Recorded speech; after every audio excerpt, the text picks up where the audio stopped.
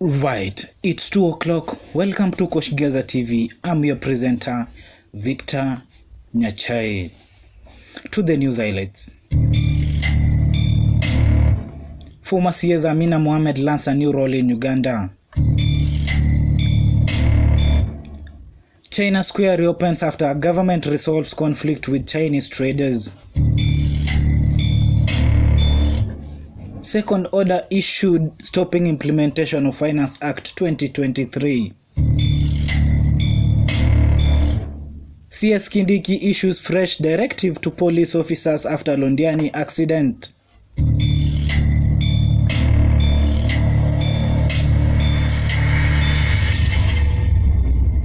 Right, thank you and welcome. Former CS Amina Mohamed lands a new role in Uganda. Amina served in the Education and Sports Ministries under former President Uhuru Kenyatta's administration. Former Sports Cabinet Secretary Ambassador Amina Mohamed has been appointed the new Chancellor of the International University of East Africa. Amina was installed at an event held in Kampala on Wednesday, February 15th. Speaking after installation, the former CS said she was going to serve not just the university but the entire continent at large. As I quote, she said, "For the continent to help deal with its problems, it's the universities to help teach young men and women who can solve real-world problems. Our education practices cannot remain in the 1960s while the world has moved and now we are in the middle of the fourth industrial revolution. This is what I want to do here to make sure International University of East Africa is the university of choice on our continent."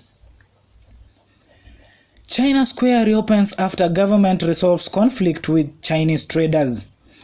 China Square on Monday, March 6th, resumed operations after resolving an agreement between the Kenyan government and Chinese traders.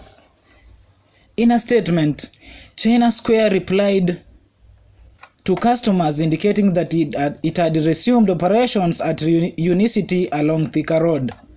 In addition, a statement by the Kenyan China Chamber of Commerce (KCCC) welcomed the move by the Kenyan government to allow the Chinese traders to resume operations.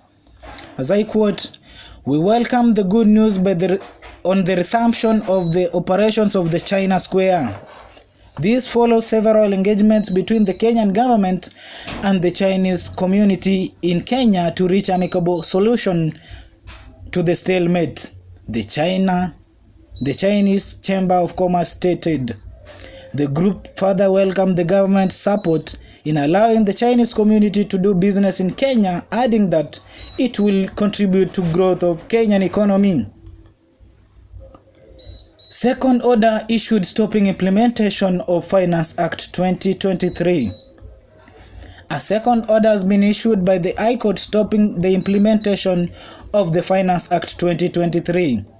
This follows an application filed by one Peter Agoro, who argues that the Finance Bill 2023 founded on an illegality and thereby infringes and violates the Constitution.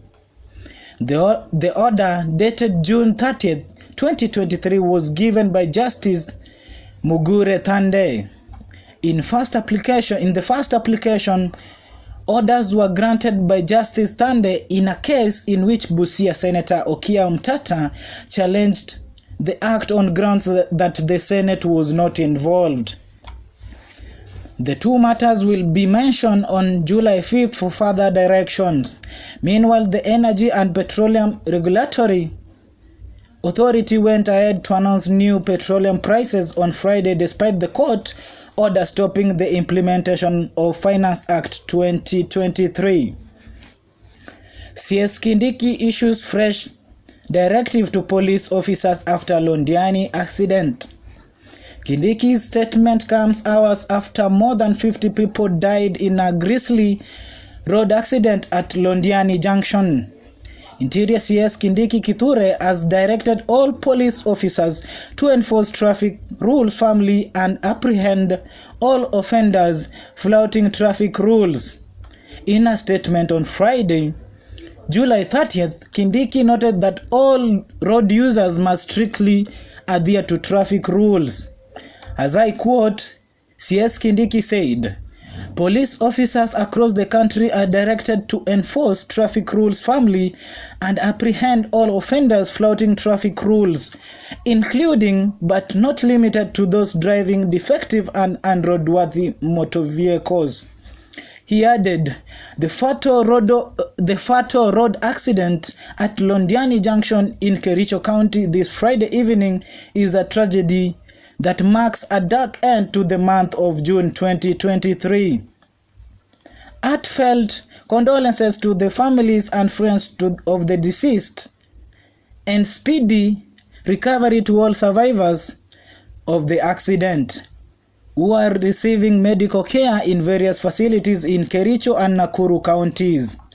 I urge all road users to strictly adhere to traffic rules, and I particularly appeal to drivers to exercise extreme caution and desist from speeding, overloading, and dangerous or careless driving. Thank you. I was your presenter, Victor Nyachae, and welcome to our next bulletin at 4 o'clock.